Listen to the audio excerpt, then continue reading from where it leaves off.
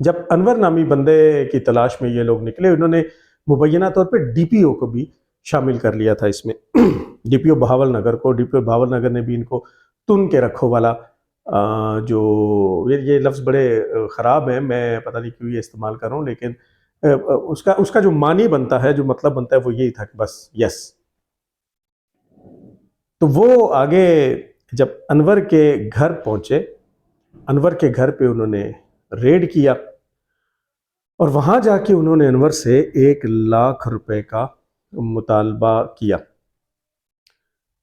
بلکہ اس دن گھر نہیں پہنچے، انور سے ملے، انور سے 1,00,000 روپے کا مطالبہ کیا. انور نے کہا جی میرے پاس 1,00,000 روپے تو نہیں ہے. تو انور نے یہ وعدہ کیا پولیس والوں سے، یعنی رضوان اور علی سے، کہ میں یہ 1,00,000 روپیہ کل جو ہے وہ آپ کو دے جاؤں گا. اگلے دن 1,00,000 روپے کا جب بندوبست نہیں ہو سکا اور انور جو ہے وہ پیسے لے کے نہیں آیا، تو انہوں نے اس کے گھر پہ ریڈ کیا. اب انور کے 2 بھائی جو ہیں وہ فوج میں ملازم ہیں، جن میں سے ایک کمانڈو ہے، وہ بھی اس وقت گھر پہ موجود تھے. یہ لوگ جب وہاں پہنچے تو انہوں نے پیسوں کا مطالبہ شروع کر دیا، اور وہاں پہ اہل محلہ اکٹھے ہو گئے، اور اہل محلہ نے پولیس کو کہا کہ آپ ان سے 1,00,000 روپے کس چیز کا مانگے؟ ان سے تو آپ نے کوئی چیز برآمد نہیں کی، صرف الزام کی بنیاد پہ. ایک تو آپ بغیر وارنٹ اس کے گھر میں داخل ہوئے ہیں، اور وہ جو رفاقت تھا جس نے 40,000 روپے دے کے جان چھڑا لی تھی، اس نے تو الزام لگایا تھا نا جی کہ میں نے انور سے خریدا ہے. جیسے عمران نے الزام لگایا تھا کہ میں نے رفاقت سے خریدا ہے. ایویڈنس تو کوئی نہیں تھا، لیکن چونکہ عید سر پہ تھی، پیسے بنانے تھے، تو ان لوگوں نے مبینہ طور پہ وہاں اندر موجود خواتین کی اس حد تک بے حرمتی کی کہ جو یہاں کھلے الفاظ میں بیان بھی نہیں کی جا سکتی. آپ لوگوں کے ضمیر کو جھنجھوڑنے کے لیے اتنا کافی ہے کہ رپورٹڈلی وہاں پہ بزرگ خواتین کی چھاتیوں کو پکڑ کے نوچا گیا پولیس کی جانب سے. اور یہ خواتین کون تھی؟ یہ انور اور ان فوجی جوانوں کے گھر کی خواتین تھیں، ان کی والدہ، ان کی بہنیں تھیں، بیویاں تھیں. ان کے ساتھ یہ سلوک کیا گیا، اور پھر وہاں پہ انہیں مار پیٹ کی گئی، اور ان سب کو پکڑ کے عورتوں سمیت یہ لوگ تھانے میں لے آئے. کون سے تھانے میں؟ تھانہ مدرسہ میں لے آئے. وہاں پہ ان کے اوپر 3rd ڈگری یوز کیا گیا.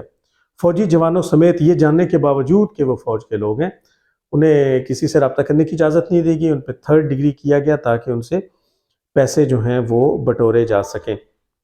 لیکن اس 3rd ڈگری کے دوران ان لوگوں کی حالت جو ہے وہ غیر ہو گئی، یعنی ان کے نازک اعضاء کے اوپر پیٹرول بھی ڈالا گیا. وہ جو فوجی جوان تھے ان کے نازک اعضاء پہ پیٹرول بھی ڈالا گیا. 3rd ڈگری میں ان کو شدید ترین تشدد، وہ جو پنجاب پولیس کا خاصہ ہے، وہ ان کے ساتھ مبینہ طور پہ رپورٹڈلی کیا گیا. جب ان کی حالت غیر ہو گئی تو یہ بات جب ڈی پی او تک پہنچی تو ڈی پی او کی ملی بھگت سے انہیں اس تھانے سے ہٹا کے ایک دوسرے تھانے میں منتقل کر دیا گیا. اس تھانے کا نام تھا تخت محل.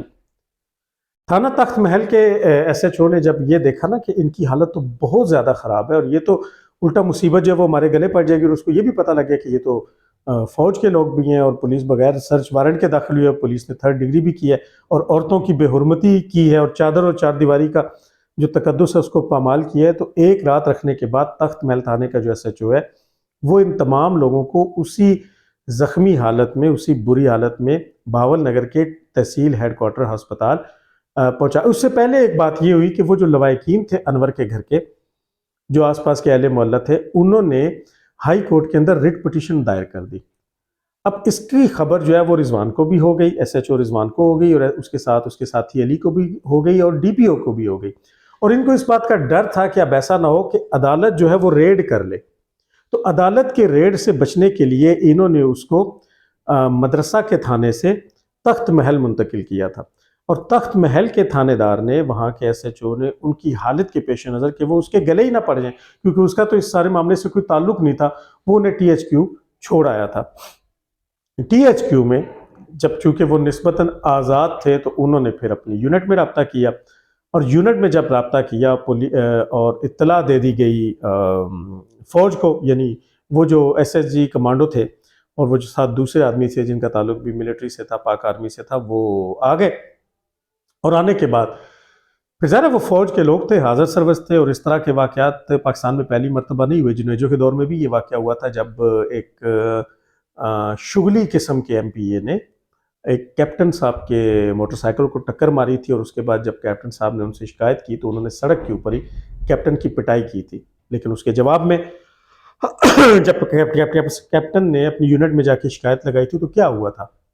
جنیجو، محمد خان جنیجو کی پوری حکومت فارغ ہو گئی تھی. اور اس کے بعد پھر ایک واقعہ 1992 یا 93 میں لاہور میں ہوا تھا، اور لاہور کے لبرٹی چوک میں ہوا تھا، جہاں پہ ایک طرف ایک ایس ایچ او صاحب تھے، دوسری طرف صوبے دار صاحب تھے. تو یہ پاکستان کی تاریخ کا پہلا واقعہ نہیں تھا، اور یہ دنیا میں اس طرح کے واقعات جو ہیں وہ ہو جاتے ہیں. تو جب فوج آئی تو پھر فوج نے آ کے جو کچھ کیا وہ آپ لوگوں کے سامنے، انہوں نے ان سب پولیس والوں کو پکڑا اور پولیس پکڑ کے مارا. اب میں نہ تو یہاں پہ فوج کے حق میں بات کر رہا ہوں، نہ ان کے خلاف بات کر رہا ہوں، میں نہ پولیس کے حق میں بات کر رہا ہوں نہ ان کے خلاف بات کر رہا ہوں. میں آپ کو رپورٹڈلی ان واقعات کی جانکاری دے رہا ہوں کہ جو بنیادی طور پہ ہوئے ہیں، اور وہ جو ایک فریق خود کو مظلوم بنا کے پیش کر رہا ہے اور دوسرا فریق جو ہے وہ ظالم دکھایا جا رہا ہے، اس کے پیچھے واقعہ کیا ہے وہ ذرا آپ دیکھیں. جب آپ بغیر سرچ وارنٹ کے داخل ہوں، جب آپ 80 سال 75 سال کی بزرگ عورتوں کی چھاتیوں کو پکڑ کے نوچیں، اور جب آپ ان مردوں کے نازک اعضاء پہ ہر طرح ہر نازک اعضاء پہ آپ پیٹرول ڈالیں اور ان کو 3rd ڈگری تشدد کا نشانہ بنائے، تو پھر آپ کے ذہن میں یہ بات سن کے جو ہول اٹھیں گے نا، وہی رد عمل تھا. اور اس رد عمل کے جواب میں پھر ان کو مارا پیٹا گیا، اور وہ سارا کچھ جو ہے وہ آپ کے سامنے آیا. اب پاکستان تحریک انصاف جو ہے وہ چونکہ بالکل اس معاملے میں تیار بیٹھے ہوتے ہیں کہ پاکستان میں کوئی ایسا واقعہ ہو، کوئی کہیں کسی جگہ پہ کوئی ایسا واقعہ ہو کہ جس کو بنیاد بنا کے وہ لوگ اپنی ٹرولنگ کر سکیں، وہ لوگ اپنی کیمپین کر سکیں، وہ لوگ پاکستان کو بدنام کر سکیں. چونکہ انٹرنیشنل ایجنٹ تو ہیں، جو کہ میں بڑا کھلے عام کہتا ہوں. آپ نے دیکھا کہ وہ جو رؤف حسن ہے جو ان کا ترجمان ہے، وہ ہمیشہ اپنی جب ٹویٹ کرتا ہے تو وہ اردو زبان میں کرتا ہے، لیکن اس واقعے سے جو اس نے اس واقعے کے حوالے سے اپنی ٹویٹ کی وہ اس نے انگریزی زبان میں کی. تو کس کو سنانا چاہتا تھا اور کس کو بتانا چاہتا تھا؟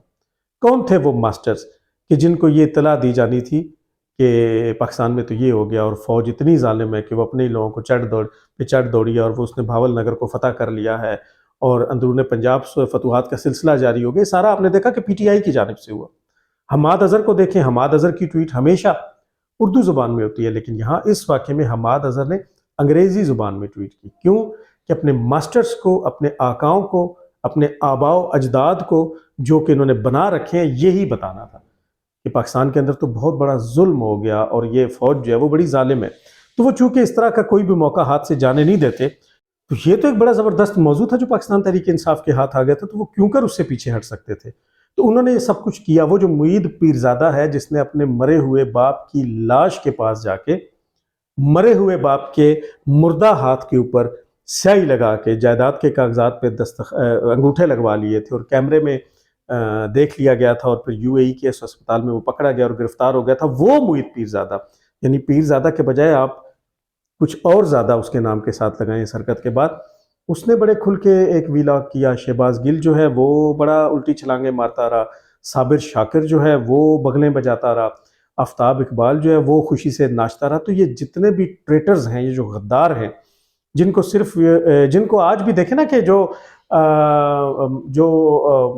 ملٹری کے خلاف جو کہ اب یہ زہر بھرتے ہیں کہ پاکستان نے تو کوئی جنگ انڈیا سے جیتی ہی نہیں، تو ان کو ذرا جا کے وہ بارڈر کے وہ ایریاز دکھائے جائیں کہ جو آج بھی ہم نے سنبھال کے رکھے ہوئے ہیں، ان کے مندر اور ان کے مورچے جو ہم نے 65 کی جنگ میں ان سے لے لیے تھے. ان کو شکر گڑھ دکھایا جائے کہ شکر گڑھ تو 47 میں نہیں، وہ تو اس کے بعد ہم نے لیا تھا، چھین کے لیا تھا. تو وہ جو چہرہ مسخ کرنے کی کوشش کر رہے ہیں، وہ اس سے اپنے آپ کو تسکین پہنچانا چاہتے ہیں، اور اس پروپیگنڈے کے ذریعے، اس 5th جنریشن وار کے ذریعے ملک کے اندر، قوم کے اندر مزید زہر بھرنا چاہتے ہیں. میں یہاں اس واقعے پہ مزید تبصرہ نہیں کروں گا، میں نے واقعہ آپ کو بتا دیا. آپ خود اپنے طور پہ اس کی تحقیق کریں اور اس کے بارے میں فیصلہ کریں کہ جو کچھ ہوا اور جو کچھ کیا گیا اور جو عمل ہوا، اس کا جو رد عمل ہوا، اس کو کیا کہنا چاہیے، اس کو کس طور لینا چاہیے. لیکن ایک بات میں آپ سے کہنا چاہوں گا، اور وہ بڑی سوچنے کی بات ہے، تھوڑی سی دور اندیشی کی بات ہے، موجودہ حالات سے نکل کے آگے دیکھنے کی بات ہے. یہ بات یاد رکھیں کہ عمران خان کو کسی بھی سیاستدان نے جیل میں نہیں ڈالا. عمران خان کو نواز شریف نے جیل میں نہیں ڈالا. عمران خان کو آصف زرداری نے یا آصف زرداری کی جماعت نے جیل میں نہیں ڈالا. عمران خان کو کوئی بھی جماعت جیل میں ڈال ہی نہیں سکتی تھی. اور اس سے پہلے تاریخ میں آپ بھٹو صاحب سے اور اس سے پہلے نہیں کہ جتنے بھی سیاستدانوں کا استحصال کیا گیا، کسی کو پھانسی چڑھایا گیا، کسی کی حکومت کا خاتمہ کیا گیا، کسی کو جلا وطن کیا گیا، کسی کو گولی ماری گئی، معاف کیجیے گا، کسی کو قتل کیا گیا، تو اس کے پیچھے سیاستدان نہیں تھے، اس کے پیچھے فوج تھی، اس کے پیچھے اسٹیبلشمنٹ تھی۔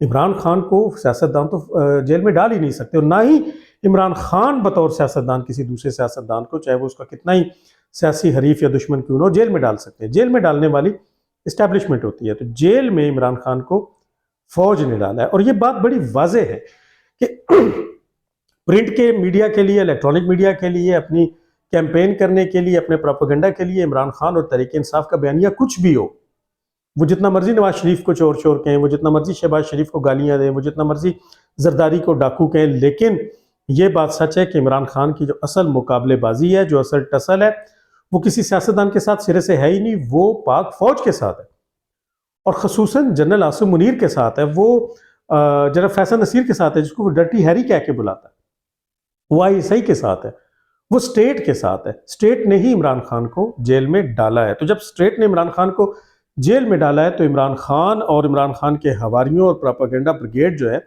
اس کی اس کا جو بیانیہ ہے وہ اینٹی اسٹیبلشمنٹ ہے، اینٹی فوج ہے۔ میں اکثر آپ سے ذکر کرتا ہوں نا کہ 23 مارچ کی پریڈ کو وہ لوگ کہتے ہیں کہ یہ تو سرکس ہے، اور ہمیں یہ سرکس نہ دکھائیں۔ وہ پاک فوج نہیں، وہ ناپاک فوج، سوری فار مائی ورڈ، لیکن جو میں کہہ رہا ہوں وہ ٹھیک کہہ رہا ہوں کہ وہ ناپاک فوج کا لفظ استعمال کرتے ہیں، وہ ناپاک جانوروں کے ناموں کے ساتھ جرنیلوں کو لگاتے ہیں۔ اس میں میں کسی جرنیل کو ڈیفینڈ نہیں کر رہا، میں آج بھی پاپا جونز والے جرنل کے خلاف ہوں، میں آج بھی جزیروں والے جرنل کے خلاف ہوں، میں آج بھی بھٹو صاحب کو پھانسی چڑھانے والے جرنیلوں کے خلاف ہوں، میں آج بھی نواز شریف کو جلا وطن کرنے والے جرنیلوں کے خلاف ہوں، میں آج بھی عمران خان کو گھر بھیجنے اور لانے اور لے جانے دونوں تک، ایک ہی جنرل تھا نا باجوہ اور ساتھ اس کے فیض حمید، ان سب کے خلاف ہوں۔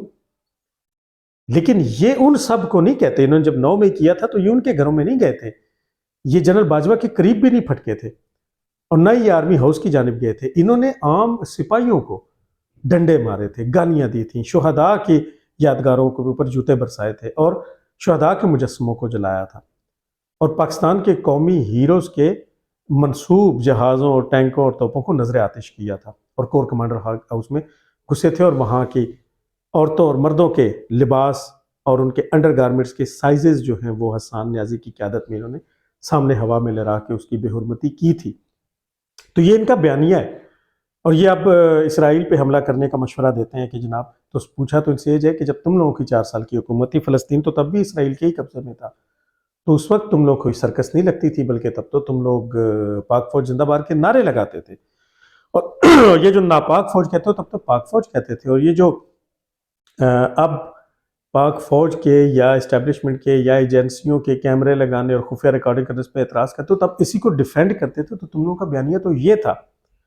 تو اب جب کہ ایسا نہیں ہے، اور آپ لوگوں نے یہاں تک کہنا شروع کر دیا ہے کہ پاکستان نے تو کوئی جنگ ہی نہیں جیتی، اور انڈیا بڑا سپیریئر ہے جی، اور انڈیا بڑا زبردست، بڑا آگے چلا گیا، دیکھیں جی، یہ بالکل ایسے ہی ہے نا جیسے ابھی یوتھیا پچھلے دنوں یہ بھی بتائے تھے کہ انڈیا نے وہ ایک ٹنل بنا لی ہے سمندر کے اندر، تو پل بڑی اچھی بنائی ہے دریا چناب کے اوپر۔ تو بھائی، آپ لوگوں نے تو اپنے جلسوں جلوسوں میں کنٹرینروں پہ چڑھ کے اس قوم کو یہ بتایا تھا کہ قومیں سرنگیں بنانے، سڑکیں بنانے، پلیں بنانے سے ترقی نہیں کرتی۔ ہم تو کہتے تھے کہ کرتی ہیں، آپ کہتے تھے نہیں کرتی۔ تو اب جب آپ کے پڑوسی ملک اور آپ کے دشمن ملک نے پلیں بنانا اور سرنگیں بنانا اور سڑکیں بنانا شروع کی ہیں، تو اب آپ اسے ترقی کہہ کے ہمیں پٹیاں کیوں پڑھا رہے ہیں؟ تو عقل مندوں کو تو سوچنا چاہیے نا کہ اگر تحریک انصاف کے نزدیک پلوں، سڑکوں، metro trains, orange lines, metro buses, سرنگوں، انڈر پاسز سے ملک ترقی نہیں کرتے، تو پھر وہ انڈیا کے اندر اسی ہونے اور کی جا رہی ترقی کو مثال بنا کے پاکستان کو لان تان کیوں کرتے ہیں؟ پھر یہاں پہ تو چلتے ملک کو ڈبویا گیا نا فیض حمید اور باجوہ اور ثاقب ناصور اور بندیال جیسے لوگوں کو سامنے کر کے۔ تو اب سوچنے کی بات یہ ہے کہ اب جب کہ بیانیہ فوج کے خلاف ہے، تو عمران خان کو تو فوج نے ڈالا ہے نا جی جیل کے اندر۔ پوائنٹ یہ نہیں ہے، پوائنٹ یہ ہے کہ عمران خان کو جب بھی جیل سے باہر نکالا جائے گا تو فوج نکالے گی، کوئی سیاستدان نہیں نکالے گا۔ جب فوج نکالے گی، آپ کا کیا خیال ہے؟ فوج ایسے ہی نکال دے گی؟ کیا فوجی جرنیل وہاں جا کے عمران خان کے قدموں میں گر پڑیں گے، معافی مانگیں گے کہ آئیں جناب آئیں، آپ کو پرائم منسٹر ہاؤس میں بٹھائیں؟ نہیں، گیو اینڈ ٹیک ہوگا۔ لکھ کے دینا پڑے گا کہ انسان کے بچے بن کے رہو گے، اور یہ جو لمبی زبان ہے اور یہ بکواسیات ہے وہ سارا ختم کرنا پڑے گا۔ لیکن اس وقت پھر بیانیہ کیا ہوگا؟ کیا پھر پاک فوج زندہ باد کا نعرہ لگے گا؟ کیا پھر ناپاک فوج کو پاک فوج کہا جائے گا؟ کیا پھر 23 مارچ کی سرکس کو قومی مسلح افواج کی پریڈ کہا جائے گا؟ کیا پھر یہ بتایا جائے گا کہ ہم نے شکر گڑھ بھی لیا تھا، ہم کھیم کرن تک پہنچ گئے تھے، ہم نے بڑیلا کے مضافاتی علاقوں میں وہ مندر اور وہ مورچے آج بھی سنبھال کے رکھے ہوئے ہیں، اور ہم نے ناکو چنے چبوائے تھے، ہم نے ابھی نندن کو بھی پکڑا تھا، ہم نے ان کے جہاز بھی گرائے تھے، پھر اس کو تو پھر کس منہ سے اپنا تھوکا چاٹیں گے؟ لیکن وہ قوم، وہ نسل کہ جو جوتے چوم رہی ہو، یہ دیکھیں نا، یہ دیکھیں، یہ ہم نے تو نہیں کیا۔ کہاں فوجی بوٹوں کے چاٹنے سے لے کر 804 نمبر کے جوتے چومنے تک والوں کو پھر آپ کیا کہیں گے؟ کچھ نہیں کہیں گے۔ تو پروپوگنڈے میں آنے کے بجائے وہ حقائق میں نے آپ کے سامنے رکھ دیے کہ جو بہاول نگر میں ہوئے، جس کو پی ٹی آئی سانحہ بہاول نگر کہتی ہے۔ انشاءاللہ اگلے ویلاگ میں آپ سے دوبارہ ملاقات ہوگی۔ اس پروگرام کو آپ نے دیکھا، آپ کا بہت شکریہ۔ اس کو سبسکرائب کر دیجیے گا، چینل کو اس کو شیئر کر دیجیے گا، اور اس کو اپنے دوستوں میں ضرور شیئر کیجیے گا۔